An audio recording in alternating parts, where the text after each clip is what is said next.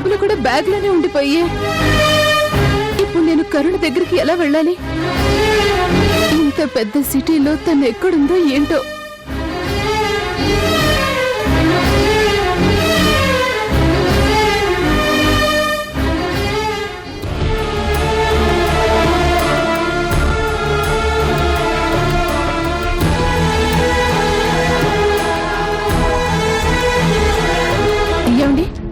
ఈ ఊళ్ళో కరుణ అని ఒక ఆవిడ నర్స్ గా పనిచేస్తోంది, మీకు తెలుసా?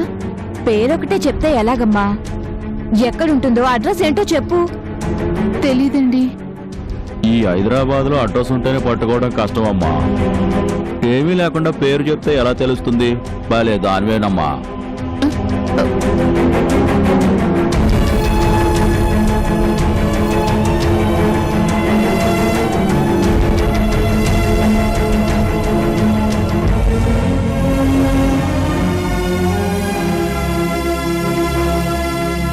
ఏమండి, ఇక్కడ కరుణ అని ఒక ఆవిడ హాస్పిటల్లో నర్స్ గా పనిచేస్తోందండి. ఆవిడ అడ్రస్ కావాలి. ఏ హాస్పిటల్? తెలీదండి. సిటీలో దాదాపు 25,000 హాస్పిటల్స్ ఉన్నాయి. ఏ హాస్పిటల్లో చేస్తుందో తెలియకుండా పేరు చెప్తే ఎలాగమ్మా?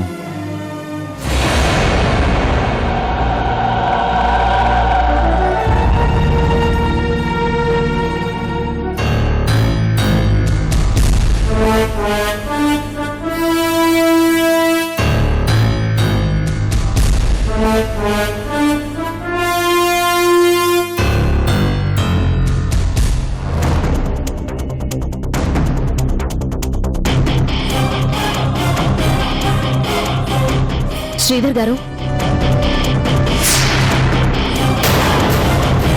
రండి మేడం, రండి, కూర్చోండి. మీతో మాట్లాడాలని వచ్చాను శ్రీధర్ గారు. మీరు ఇంత దూరం రావడం ఎందుకండి? నాకు ఫోన్ చేస్తే సరిపోయేది కదా.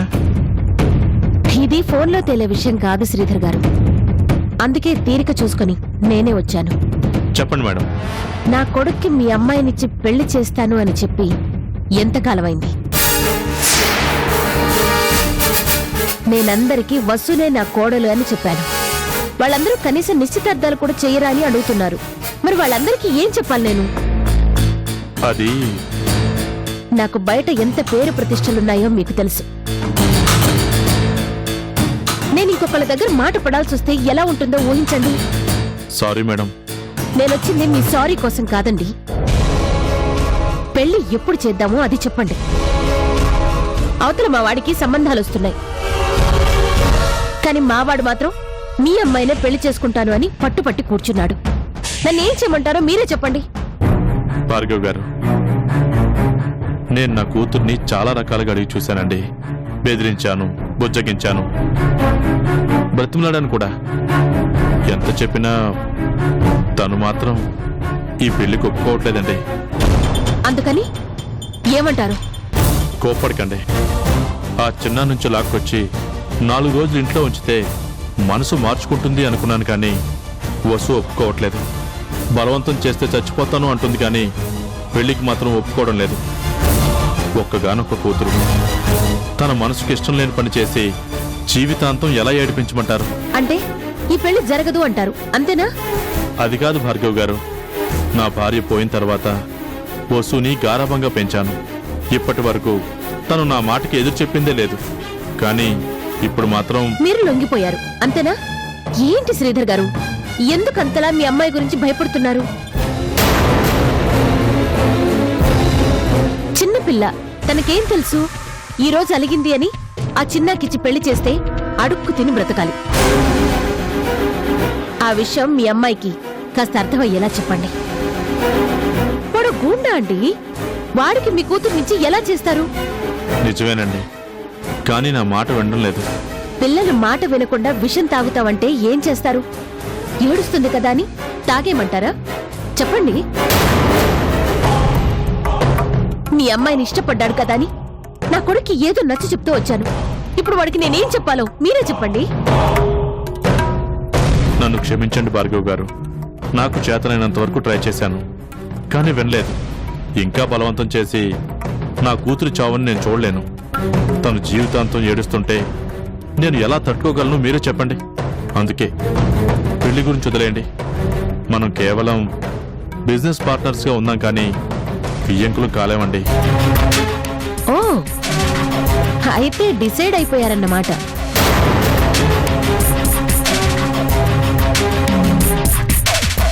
ఇంకొకసారి ఆలోచించండి శ్రీధర్ గారు. మీకు వీలు కాలేదు అంటే మీ కూతుర్ని నాకప్పగించండి, నేను ఒప్పిస్తాను. లేదు మేడం, తను ఒప్పుకోదు. ఇంకా తను నేను ఇబ్బంది పెట్టలేను.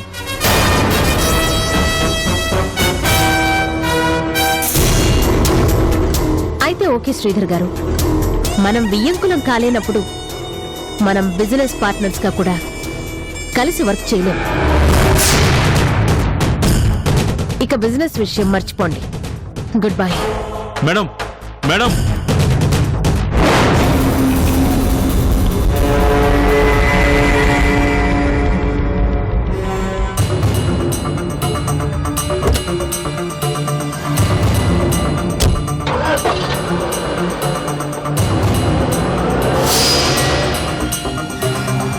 నా కొడుకునే కాదంటావా? నీ కూతురికి పెళ్లి ఎలా చేస్తావో నేను చూస్తాను. ఏ రోజుకైనా నా ఇంటికొచ్చి నా కాళ్ళు పట్టుకొని నీ కూతుర్ని నా కొడుక్కి చేసుకోమని అడిగేలా చేస్తాను.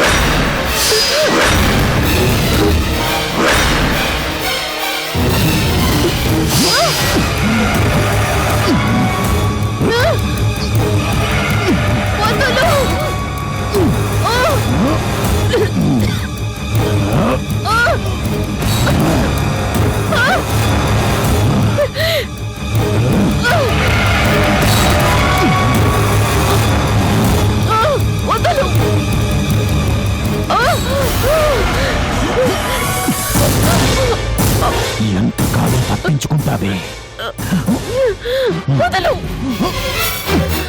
నన్ను చంపడానికి మనుషుల్ని పంపిస్తావా? నీ ప్రాణాలు తీయకుండా ఎలా వదిలిపెడతాను? వదిలిపెట్టు ప్లీజ్. ఈ ఆస్తి మొత్తం నీకు ఇచ్చేస్తాను. ప్లీజ్ నన్నేం చెయ్యకు. ఆస్తి ఎవరికి కావాలి?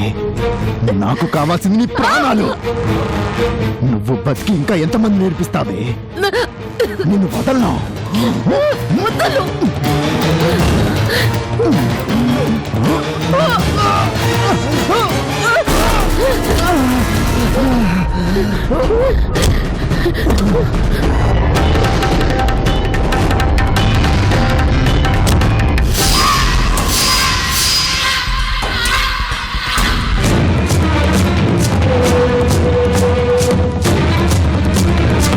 ఎంత దూరం వెళ్తావో వెళ్ళవే.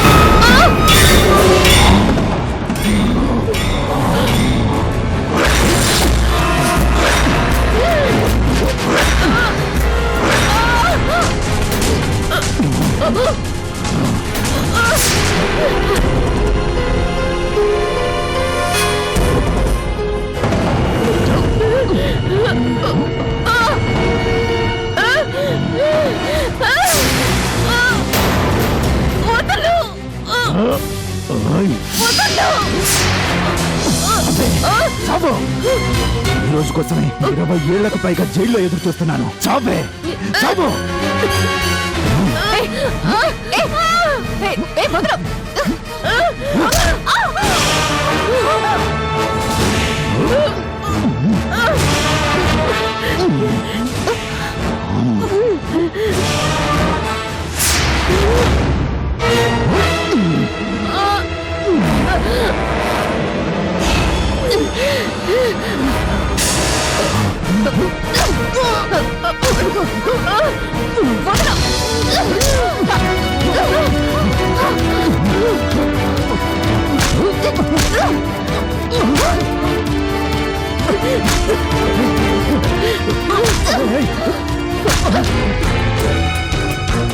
భార్గవి, నీ సంగతి తర్వాత చెప్తా.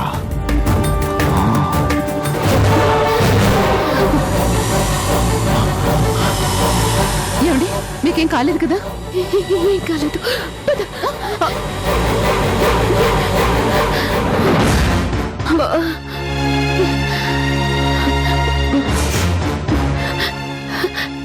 చాలా థ్యాంక్స్ అండి, సమయానికి వచ్చి కాపాడారు. ఎవరండి అతను? మిమ్మల్ని ఎందుకు చంపబోయాడు? వాడొక క్రిమినల్ అండి. మొన్ననే జైలు నుంచి వచ్చాడు. జైలుకు వెళ్ళొచ్చినా బుద్ధి రాలేదు. వాడిని జైలుకు పంపించానని కక్ష పెట్టుకుని నన్ను చంపబోయాడు. కొంతమంది అంతేనండి, బుద్ధి రానే రాదు. మీరెక్కడికి వెళ్ళాలో చెప్పండి, నేను కారులో డ్రాప్ చేస్తాను. మాది ఈ ఊరు కాదండి. నా ఫ్రెండ్ని కలుద్దామని ఉదయం బస్ దిగాను. బస్ దిగ్గానే ఎవడో దొంగ వెధవ నా బ్యాగ్ కొట్టేశాడు. అయ్యో, నా సెల్, అడ్రస్, డబ్బులు అన్నీ అందులోనే ఉండిపోయాయి. ఇప్పుడు ఎక్కడికి వెళ్ళాలో తెలీదు. సరే అయితే మా ఇంటికి వెళ్దారండి. ఆ తర్వాత అన్నీ మాట్లాడుకోవచ్చు. కమాన్, కూర్చోండి.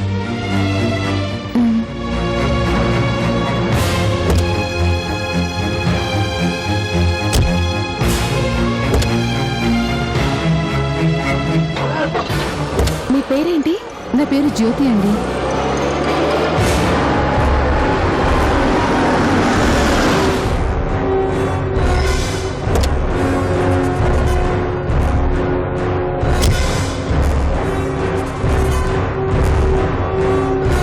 రా, దిగు.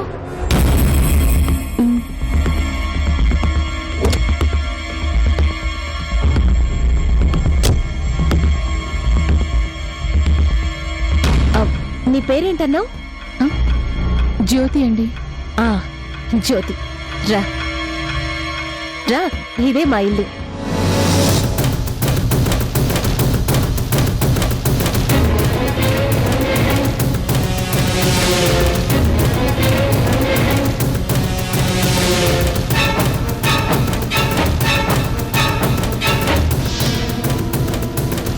ఏంటి అలా చూస్తున్నావు? ఇల్లు చాలా బాగుందమ్మా. ఏ, ఎప్పుడూ ఇలాంటి ఇల్లు చూడలేదా? మా హాస్పిటల్, మా ఇల్లు తప్పించి నాకింకో చోటే తెలియదండి. ఇది నీ ఇల్లే అనుకో. ఏం మొహమాట పడుకు, ఫ్రీగా ఉండు. భోంచేస్తావా? లక్ష్మి,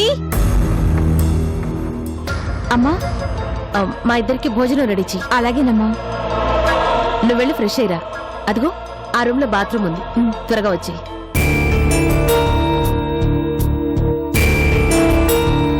భార్గవి, ఎవరావిడ?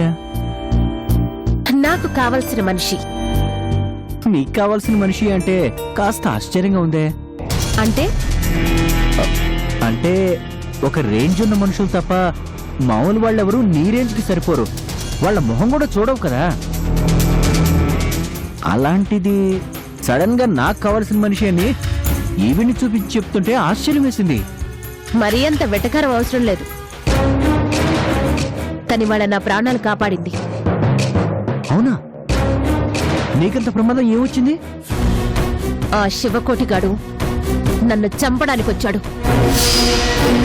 ఎప్పుడు దూరాడో వచ్చి నా కారులో దాక్కున్నాడు. పీక పట్టుకొని నన్ను బెదిరించాడు. ఎవరూ లేని ప్లేస్ లో పట్టుకుని నన్ను చంపబోయాడు. సరిగ్గా అప్పుడే ఈ జ్యోతి వచ్చి వాణ్ణి కొట్టి నన్ను కాపాడింది. పోనీలే, నీ అదృష్టం బాగుంది. అయినా చేసిన దానికి ఎంతో కొంత ఇచ్చి పంపిస్తావు కదా, మరేంటి ఇంటి దాకా తీసుకొచ్చావు? పాపం ఎవరినో కలవాలని వచ్చిందిట. అడ్రస్ పోగొట్టుకుని తిరుగుతోంది. రాత్రిపూట ఎక్కడుంటుంది అని ఇంటికి తీసుకొచ్చాను. రేపు అడ్రస్ తెలుసుకొని పంపించేస్తాను. నిన్ను కాపాడటం కోసమే ఆ అడ్రస్ పోగొట్టుకుని ఉంటుంది పాపం. ఏంటి? అదే, నిన్ను కాపాడటానికే ఆ దేవుడు అడ్రస్ పోగొట్టాడేమో అంటున్నాను. మంచి చెప్పిన ఎందుకలా చూస్తావు? నీ మంచిలో కూడా ఏదో వెటకారం కనిపిస్తుందిలే. అమ్మా, భోజనం పెట్టమంటారా? నేను తినేశాను. ఎందుకు తినవు? భార్య ఇంతవరకు ఇంటికి రాలేదనే ఆలోచన కూడా లేకుండా సుష్టుగా భోజనం చేశావు. నీ మీద నాకు నమ్మకం భార్గవి. నీ వల్ల ఎదుటి వాళ్ళకి ప్రమాదం గానీ నీకు ప్రమాదం వస్తుందని నేను అనుకోలేను కదా. చాలే పో.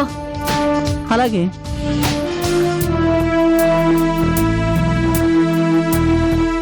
లక్ష్మి, అమ్మా. ఆవిడొస్తే భోజనం పెట్టు. నేను ఫ్రెష్ అప్ అయి వస్తాను. అలాగేనమ్మా.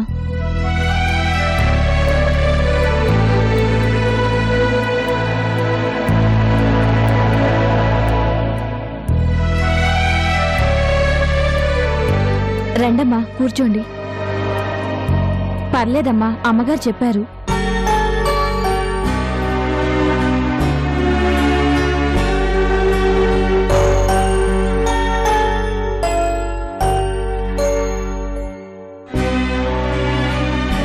మీ అమ్మగారి పేరేంటి?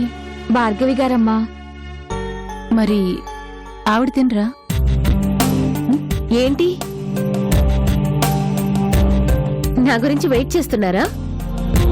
మొహమాట పడకుండా తిను జ్యోతి. లక్ష్మి, తనకేం కావాలో వడ్డించు. అలాగే అమ్మా. నిజంగా సమయానికి నువ్వు రాకపోతే ఈ టైంలో నేను ఇలా అన్నం తినుండేదాన్నే కాదు. సమయానికి దేవతలాగా వచ్చావు. నాదే ఉందమ్మా. మీరు చేసుకున్న పుణ్యమే ఆ సమయానికి నన్ను అక్కడికి పంపించింది.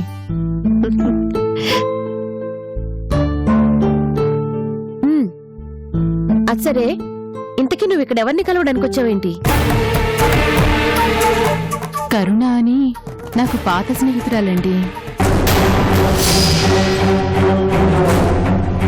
కరుణ? ఏం చేస్తుంటుంది తను? ఇక్కడే ఏదో హాస్పిటల్లో నర్స్గా పనిచేస్తోందండి.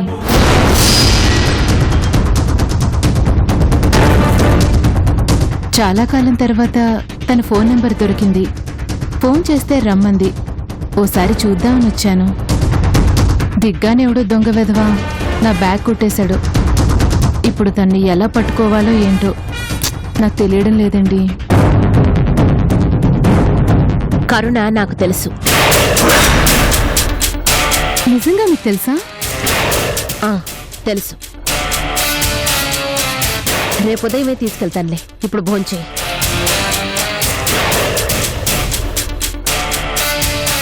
చూసారండి, నేను కనిపించడం మీ అదృష్టం అన్నారు, కానీ నా అదృష్టం కొద్దీ మీరు కనిపించారు. మీరు రాకపోతే నేనేమైపోయేదాన్ని చెప్పండి?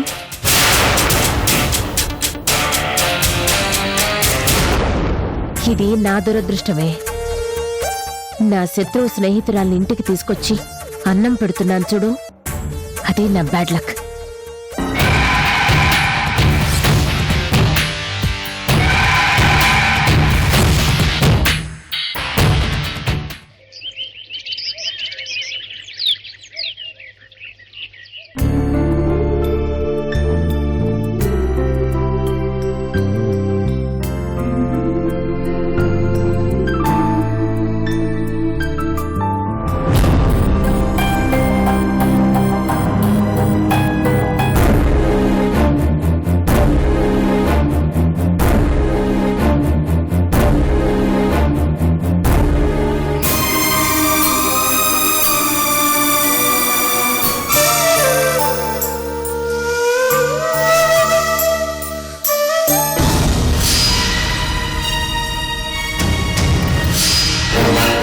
అమ్మాను, జాగ్రత్త అమ్మా.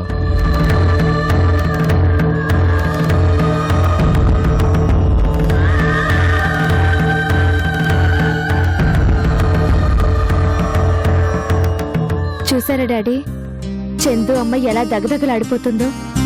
కరెక్టేనమ్మా, మెరుస్తోంది.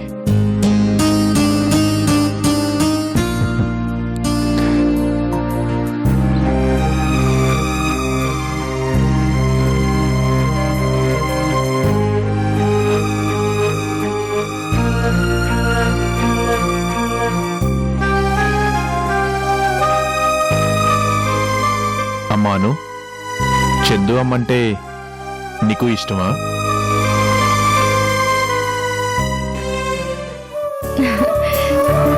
ఎందుకు ఇష్టం ఉండదు డాడీ?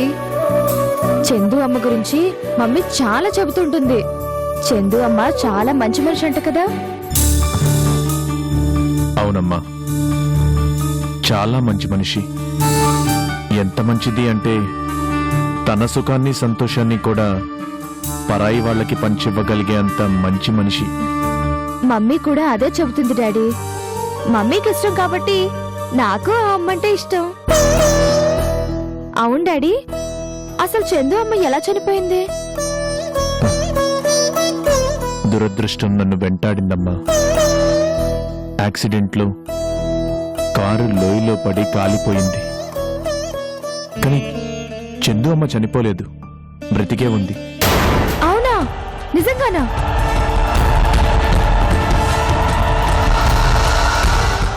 మీరిప్పుడు మాట్లాడింది ఏ చందు గురించి? నీకెంతమంది చందులు తెలుసేంటి? నాకు ఒక్క చందునే తెలుసండి, అది కూడా మా కరుణ. అదే, మా కరుణ అసలు పేరు చందునే కదా. ఏంటి? కరుణ అసలు పేరు చందునా? అవును, తన అసలు పేరు చందునే. కార్ యాక్సిడెంట్లో కాలిపోయి మా హాస్పిటల్కి వచ్చినప్పుడు చందు అని చెప్పింది. తనకి ప్లాస్టిక్ సర్జరీ చేయించి కరుణగా పేరు మార్చారు.